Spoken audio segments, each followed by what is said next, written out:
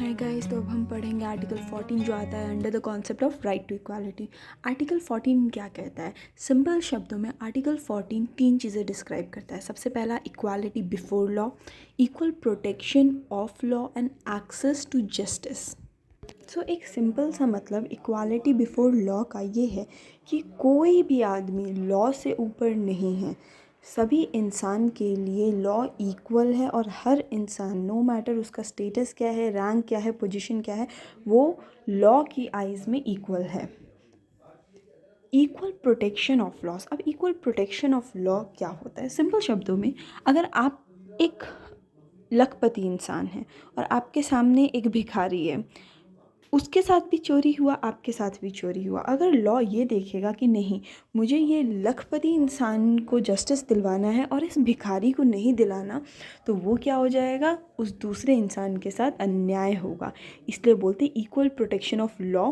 वो आपके status, standard, wealth किसी चीज़ को नहीं देखता, आप एक ह्यूमन हैं उस चीज़ को देखता है।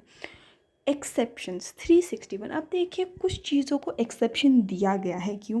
अगर आप प्रेसिडेंट ऑफ इंडिया या गवर्नर ऑफ किसी स्टेट को देख लें तो उनके ऊपर कोई भी सिविल या क्रिमिनल प्रोसीडिंग्स नहीं होती है। इसके दो कारण हैं। पहला, एक तो वो हमारे नेशन के हेड हैं या स्टेट के हेड हैं, तो अगर उनके ऊपर कोई एलिगेशन लगाया जाए, क्रिमिनल चार्जेस लगाए जाए, तो एक तरीके से वो जो हमारा पोजीशन है, सुप्रीम पोजीशन, उसके ऊपर एक क्वेश्चन मार्क लाता है। दूसरा रीज़न ये है कि जो प्रेसिडेंट होते हैं और जो गवर्नर होते हैं, उनके पास पार्डनिंग पावर्स होते हैं। तो अगर उनके ऊपर कोई चार्जेस लगेंगे तो वो क्या कर लेंगे, अपने आप को पार्डनिंग पावर दे के हटा लेंगे। तो द मोमेंट जब प्रेसिडेंट या गवर्नर अपने पोजीशन से हट जाते हैं, उस टाइम उनके ऊपर कोई भी क्रिमिनल चार्जेस लग सकते हैं। दूसरा एक्सेप्शन है 361A, जो क्या बोलता है कि किसी टाइप का भी सिविल या कोर्ट प्रोसीडिंग्स जो है, क्रिमिनल जिसको आप कह सकते हैं, वो उन रिपोर्ट्स पे नहीं किया जाएगा जो कि पब्लिश हुए हैं। किसके द्वारा? बाय हाउस ऑफ पार्लियामेंट या स्टेट लेजिस्लेचर, क्योंकि वो नोटिस जो है वो पब्लिक तक पहुंचाने के लिए ही होते हैं।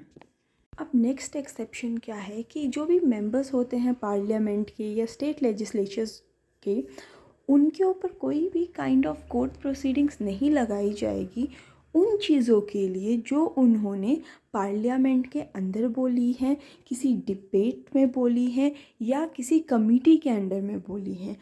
जैसे फॉर एग्ज़ाम्पल, अगर आपस में दो हाउसेस की बात चल रही है किसी बिल के ऊपर, किसी एक पर्टिकुलर मिनिस्टर ने बोल दिया कि नहीं ये गलत है और सामने वाले ने उसको अपोज किया कुछ गलत शब्दों में, तो उस चीज़ को लेके वो डिफेमेशन का केस नहीं डाल सकते हैं दोनों सिविल या क्रिमिनल प्रोसीडिंग्स में।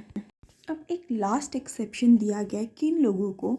ये एक्सेप्शन दिया गया है फॉरेन के जो एम्बेसडर्स आते हैं, डिप्लोमेट्स आते हैं, इन लोगों को एक इम्यूनिटी दी गई है कि किसी भी काइंड ऑफ क्रिमिनल या सिविल प्रोसीडिंग्स के अंडर में वो नहीं आएंगे।